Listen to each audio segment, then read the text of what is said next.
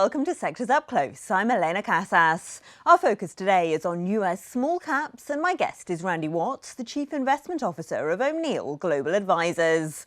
Small caps, as measured by the Russell 2000, have been hit hard by Omicron fears and the tightening of Fed policy. After reaching a record high on November the 8th, the index is now down over 12%, while the S&P 500, hit by more recent volatility, is off a mere 2.5%. Much of that can be put down to size. These smaller companies will be subject to more volatility in uncertain times.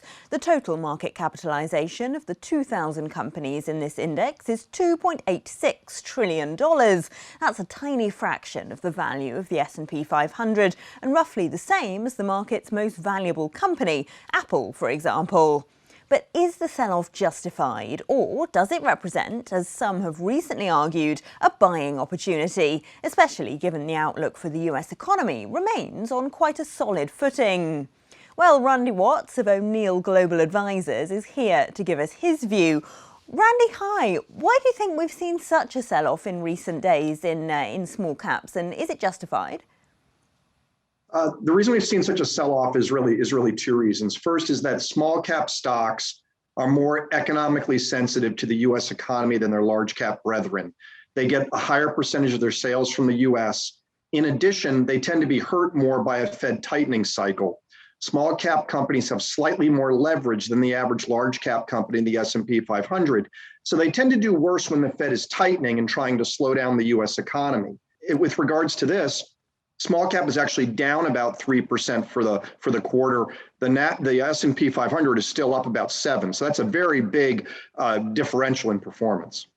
But given forecasts for the wider US economy, shouldn't the medium-term outlook for companies that, as you say, depend on consumer demand domestically in the US be quite positive? I think small caps can have a very, very strong second half of next year. I think the next couple of months, the technical setup and the fundamental setup is a little worse. I think we have to get a sense of how much the US economy is going to slow because of Omicron. I think you'll have a sense of that as we move through the first quarter.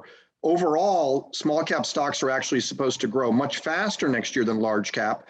People are looking for the S&P 500 to grow earnings about 8% next year. They're looking for about 20% growth out of small caps. So if small caps can actually deliver their earnings estimates, I think next year they could do much better over the course of the year. But I think until the market gets comfortable on what's happening with the US economy with this variant, they're going to be a little bit unsettled.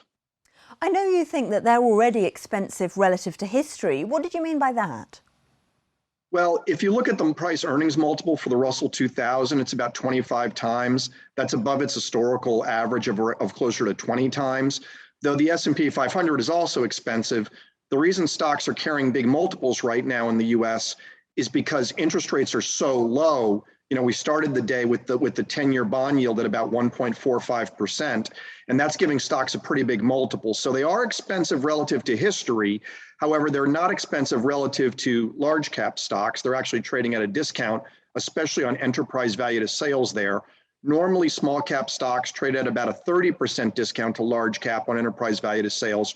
Right now, they're about a 50% discount. So they are cheap relative to large, but I just think we need to see a little bit of economic stabilization before they can start to outperform their large cap friends.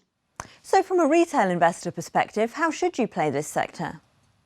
Well, the easiest way is obviously to buy an ETF, and the two ETFs that track either the S&P 600, which is the S&P small cap index, or the Russell 2000 ETF is really the easiest way.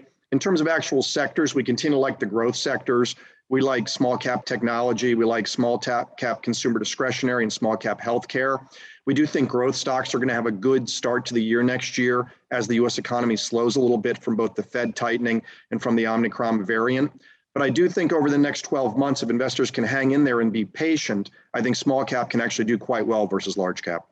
Well, thanks so much for that, Randy Watts, CIO of O'Neill Global Advisors. Well, before I go, here are some of the top stories in this space. Britain's Chancellor Rishi Sunak has announced a fresh round of support for the embattled hospitality industry as the nation battles the Omicron variant. Businesses have not been ordered to shut, but widespread fear over the new variant has left many establishments empty during what should be their busiest time of the year. Sunak said the government will create a fund worth $1.3 billion, most of which will consist of small direct grants to businesses.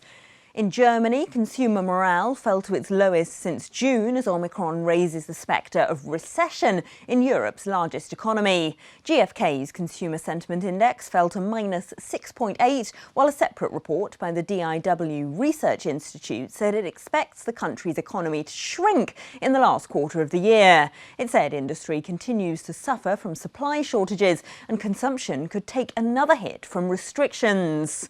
And finally, theatre owners such as AMC Entertainment and Cinemark Holdings got a boost after box office figures showed Spider-Man: No Way Home hauled in an even bigger audience than originally estimated. The $260 million in weekend takings pushed the superhero adventure to the top of the list for all-time US box office openings, beating out the 2018 Avengers: Infinity War. International ticket sales for the new Spider-Man were $340 million, bringing total global sales of $600 million for franchise owner Sony. And that's your roundup of US small caps. I'm Elena Casas, and this is Reuters.